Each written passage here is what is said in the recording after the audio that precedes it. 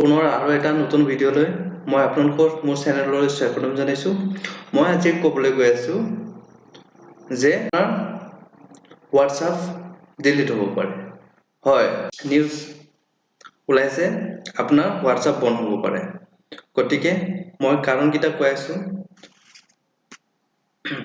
আৰু মই কাৰণকেইটা ক'বলৈ গৈ আছো কিয় কাৰণে বন্ধ হ'ব। নিউজ শুনা মতে বা নিউজত দিয়া মতে প্ৰতি মাহতে যোৱা 3 মাহৰ প্ৰতি মাহতে কমসে কম 2 বিলিয়ন মানে 20 লাখ WhatsApp অলৰেডি ডিলিট বা ব্লক হৈছে। কিয় কাৰণে হৈছে?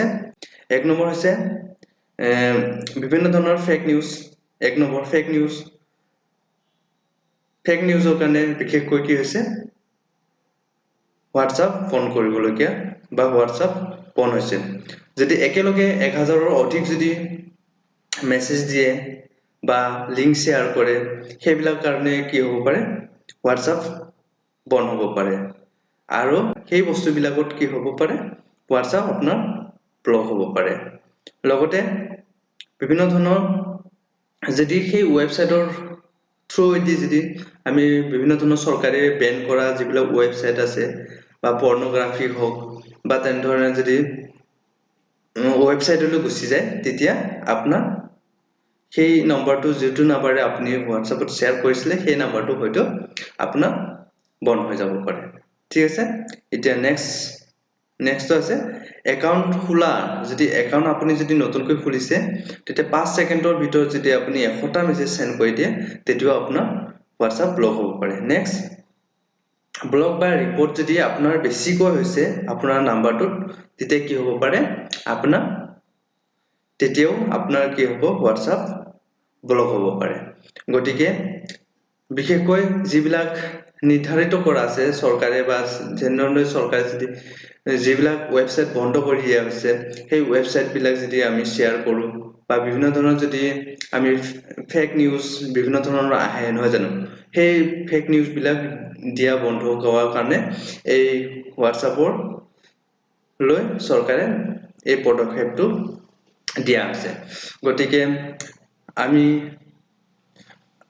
সুস্থ সমাজ এটা গঢ়িবলৈ নিশ্চয় সামৰ্থ্য হওঁ। গতিকে সকলোৱে এই কামত যোগদান কৰিব তেতিয়াহে আমাৰ সমাজখন বিভিন্ন ধৰণৰ প্ৰতাৰণাৰ পৰা আদি কৰি বিভিন্ন ধৰণৰ ফেক নিউজ বা তেনেধৰণে বস্তুবিলাকৰ পৰা হাত সাৰিব পাৰিম। গতিকে ভিডিওটো আশা কৰিছো ভাল পাইছে। গতিকে যদি আপুনি ভিডিওটো চাই আছে বা মোৰ চেনেলত যদি আপোনালোকে নতুন হয় তেতিয়া মোৰ চেনেলটো সাবস্ক্ৰাইব কৰি বেল আইকনটো বজাই দিব। এনেধৰণে আমি ভিডিও বা বিভিন্ন ধৰণৰ education related computer education related আমি বিভিন্ন ধৰণৰ এক্সামৰ ৰুটিন এনেকৈ আমি বিভিন্ন ধৰণৰ ভিডিও এই চেনেলত দি থাকিম। গতিকে আপোনালোকে চেনেলটো সাবস্ক্ৰাইব কৰি বেল আইকনটো বজাই থব। ইয়াৰে এটা অনুৰোধ। গতিকে আজিলৈ ইমানতে। যদি ভিডিওটো ভাল লাগিছে লাইক আৰু শেয়াৰ কৰিব একেবাৰে নাপাহৰিব আৰু কমেন্ট বক্সত লিখিব ভিডিওটো কেনে হৈছে। ধন্যবাদ। জয় আই অসম।